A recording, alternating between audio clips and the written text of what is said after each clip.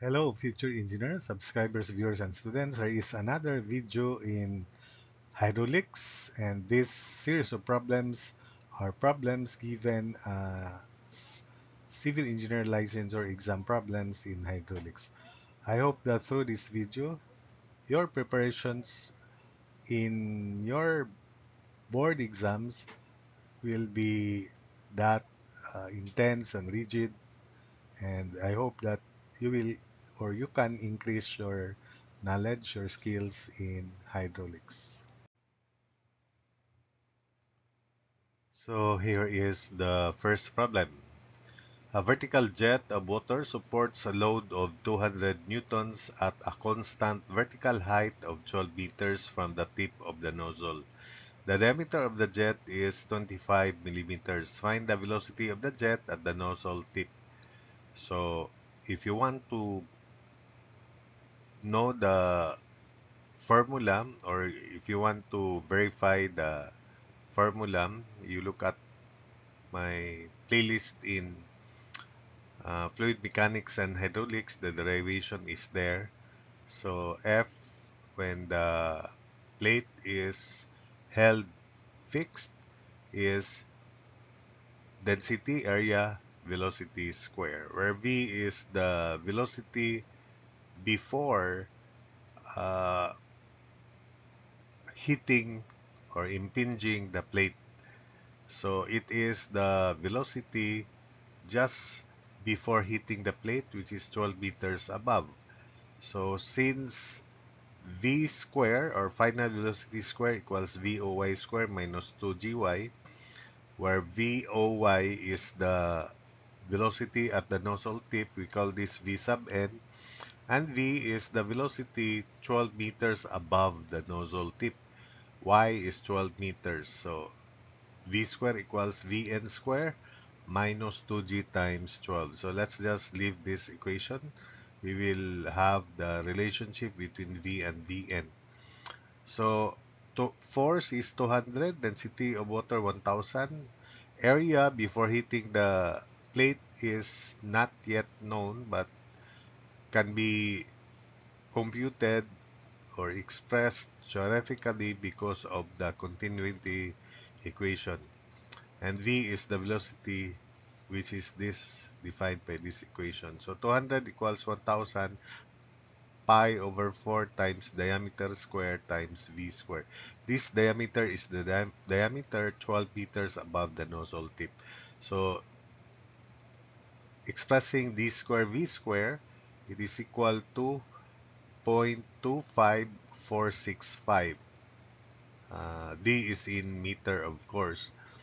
Then, by continuity equation, at the nozzle tip, the diameter is 0.025 meter, while at 12 meters above the nozzle tip, we do not know, we just call it D.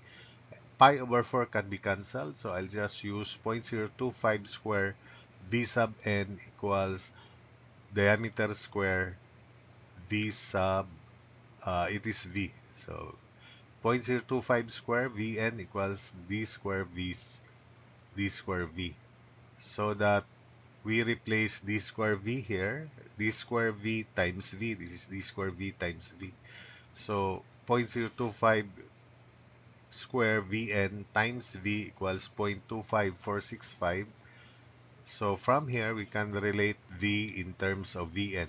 So v in terms of vn is equal to, so vnv equals 407.44. So that means V is 407.44 over Vn. We substitute it into this equation here. So 407.44 over Vn quantity square equals Vn square minus 19.62 times 12. 2G is 19.62. So with your high-tech calculator there, solving for Vn, shift solve, writing this in as a natural display, Vn is 23.28 meters per second. So that's for the first problem. For the second question, it is the removal of coarse and settleable solids by interception. We call this screening. Then third, a rectangular channel has a base of width 7 meters and a depth of 2.5 meters, carries water at the rate of 21.81 cubic meters per second. It is required to change this channel into a most efficient trapezoidal section having the same material. Determine the increase in the discharge of the new section. So we know that the efficient trapezoidal section is uh, more efficient than the efficient rectangular section, or this rectangular section is not efficient. Even if it is an efficient rectangular section, the trapezoidal efficient trapezoidal section is still more efficient than the rectangular section. So from the keywords here that the two have the same material, it means the same roughness coefficient and same perimeter, so that there will be no increase in the cost, especially the material cost. So discharge by Manning's formula is area over N, hydraulic radius to the 2/3, slope to the 1/2. If the hydraulic radius is replaced by area over wetted perimeter, so the alternate formula for the discharge is area to the 5/3 S, slope to the 1/2 over N, perimeter to the 2/3, where the perimeter of the rectangular section is 7 plus 2 times 2.5, which is the same perimeter for the efficient trapezoidal section, and it is equal to 12 meters. So if it is 12 meters, the efficient trapezoidal section is one with the top width equal to the sum of the non-parallel sides of the trapezoid, or the efficient trapezoidal section is a semi-regular hexagon as shown here. So this is 120 degrees for the efficient trapezoidal section, or this is a semi-regular hexagon, so therefore the angle here is 120. So that means this is 30 degrees, 120 minus 90, vertical and horizontal. So since perimeter is 12 meters for the rectangular section, and it is also the perimeter of the trapezoidal section, same material, so that means the perimeter of the trapezoidal section is 3b, this one.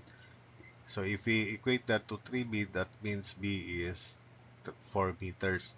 So the formula again, area to the 5/3, slope to the 1/2 over N, perimeter to the 2/3. Since the two sections have the same perimeter, we treat slope to the 1/2 over N, perimeter to the 2/3 to be the same for the two sections.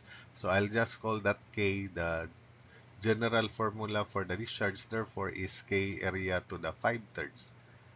Then for the rectangular section, let's solve for K, which is the same K for the efficient trapezoidal section. Q is 21.81 equals K times the area is 7 times 2.5, and that's 17.5. Solving for K, K is 0.1849. Then we compute the area of this efficient trapezoidal section, which is a semi-regular hexagon. So B is 4 meters, 12 divided by 3. So B is 4 meters. Then the area is 1/2, top width, which is 8, 2 times 4. Bottom width, which is 4. The depth is B4 cosine of 30. So area of the trapezoidal section, efficient trapezoidal section, is 1/2, top width 8, bottom width 4, depth 4 cosine 30. So the area is equal to 12 square root of 3 square meters for the efficient trapezoidal section.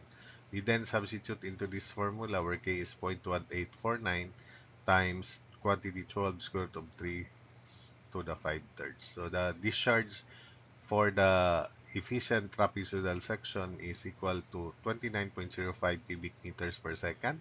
So the increase in the discharge, therefore, I'll call it delta Q, is equal to 29.05 minus 21.81, and that is equal to 7.24 cubic meters per second. Then number 5, the water supply for a city is pumped to a distribution reservoir.